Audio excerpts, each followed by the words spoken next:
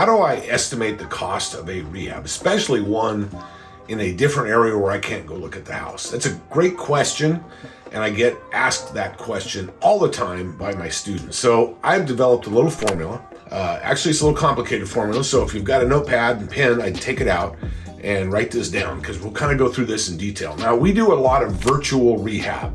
So in other words, I'm sitting here in California, we rehab in Arkansas, Pennsylvania, Louisiana, Alabama, a whole bunch of other states, okay? And these aren't states that we ever go look at these properties. We have a local quarterback on the ground. We'll get a real estate agent that's investor friendly to represent our interests in that area.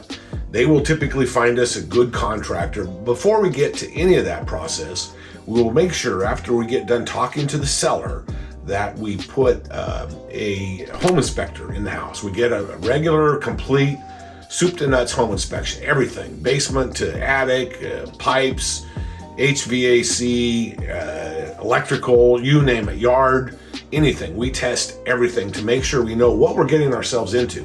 It does take a minute to do that process, and it's not cheap. So you have to be prepared to spend the money. It could cost anywhere from as low as $200 or $300 up to $700, depending on the type of inspection you're having. But you're better off knowing what you're getting yourselves into before you actually complete the purchase of that house. And part of that process, once you've got the inspection done, is you contact your contractor in the area and you let them know that we want to make sure that this HVAC thing gets repaired, and maybe this leaky pipe gets repaired, and so on and so forth. And we use a standard bill of materials. We use the same paint. We use the same cabinets from Home Depot. By the way, they're short right now, order ahead.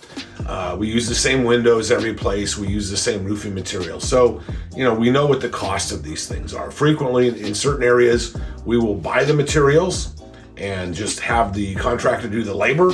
In other areas, the contractor will supply both the labor and the materials. And that would be a much longer video, but let me just get to the heart of this one, which is how do you estimate that cost from a distance, especially?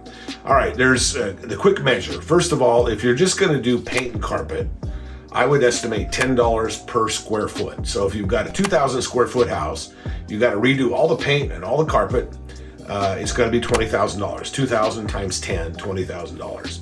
If you're going to do the paint, carpet, and remodel the kitchen and bathroom, you figure $20 a square foot, okay? $20 a square foot. So you got a 2,000 square foot house.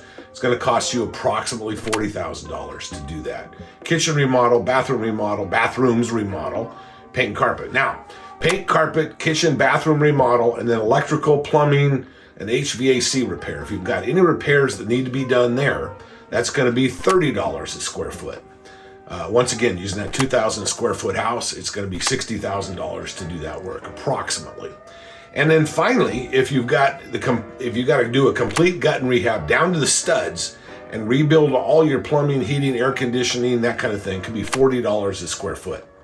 And it can actually be significantly more depending on a few things I'm going to talk about here in a second. But to do a 2,000 square foot house down to the studs, rebuild it, you're looking at $80,000. Now, there's some variations of that. First of all, if your house is less than 1,000 square feet, you always use 1,000 as the minimum. So if you've got an 800 square foot house, you don't take $10 times 800, you take $10 times 1,000. So 1,000 is your basic minimum benchmark.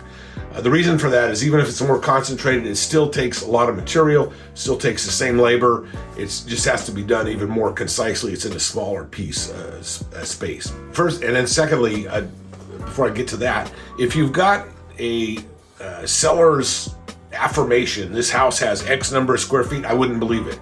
I would only go with what the county assessor has. Now, typically Zillow, PropStream especially, they will pull off the assessor's office. So many times these sellers, and you guys have probably already watched one of my videos that talks about all sellers lie all the time.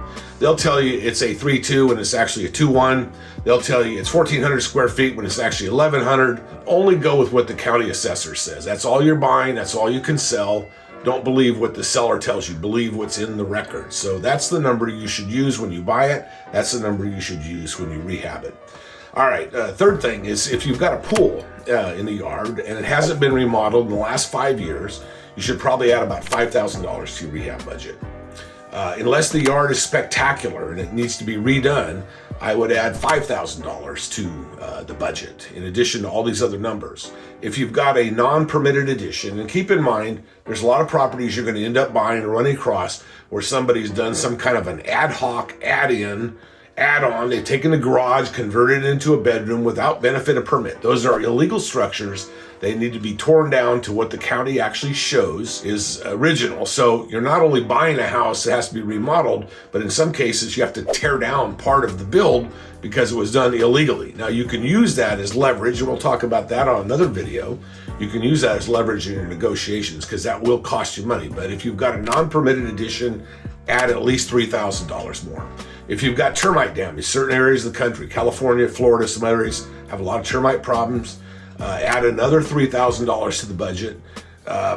If you're in a state that requires building permits, now some states don't, most states do, I would add $3,000 for the cost of permits. Dealing with these counties, cities, and states cost money. So I would add at least $3,000. If you've got black or green mold and it needs to be remediated, in other words, removed, I'd add $5,000 more. And if you need to replace your roof, I would add $7 a square foot. So if you've got a 2,000 square foot house, times $7, that's $14,000 I would add to your budget. So you got to add all these numbers together. And then there's a few other factors you got to look at. If you're in a city or in a metropolitan area that has over 1 million population, I would take all those numbers and add 25% to it. Okay? So if your total budget right now is $80,000 and you're in a big city of 1 million plus, I would take that 80 and bump it up to 100.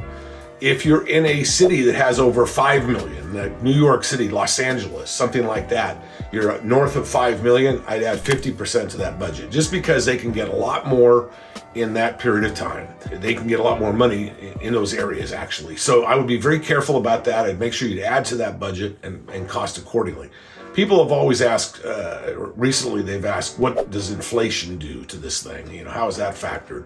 I would add probably 10% to my budget to cover inflation, although that's starting to come down a little bit now, especially in a lot of these building materials, it's dropped off a little bit. So I'd be a little careful about that. I would try and get some exact numbers, but generally if you stay within this formula, you're going to be accurate. In most cases, everything that we're doing, we're coming in on budget or slightly under budget.